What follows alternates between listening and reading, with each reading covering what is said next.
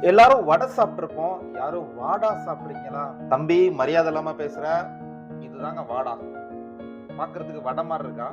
Muslims இருக்கக்கூடிய ஏரியால அதிகமா இந்த ரெசிபி வந்து நிறைய ஃபங்க்ஷன்ஸ், மேரேஜ்லாம் இது வந்து யூஸ் பண்ணுவாங்க. நான் வந்து சின்ன சைஸ்ல காமிக்கிறேன். இது பாத்தீங்கன்னா பெருசா இவ்வளவு பெரிய சைஸ்லாம் இந்த வாடா போடுவாங்க.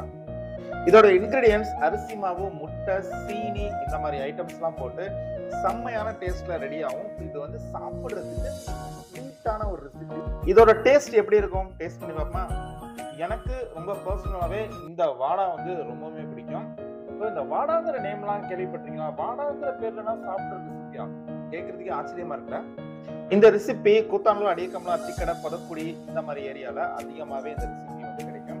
இந்த ரெசிபியை யார் ஃபர்ஸ்ட் டைம் பாக்குறீங்களோ, நான் இப்பதான் ஃபர்ஸ்ட் டைம் பாக்குறேன் அப்படின்னு கீழே ஒரு லைக் போட்டுங்க. இந்த மாதிரி டிஃப்ரெண்டான ஐட்டம்ஸ்லாம் நம்ம சேனல், நம்ம பேஜ் வந்து கேட்கணும். ஓகே, டாடா, பாய்.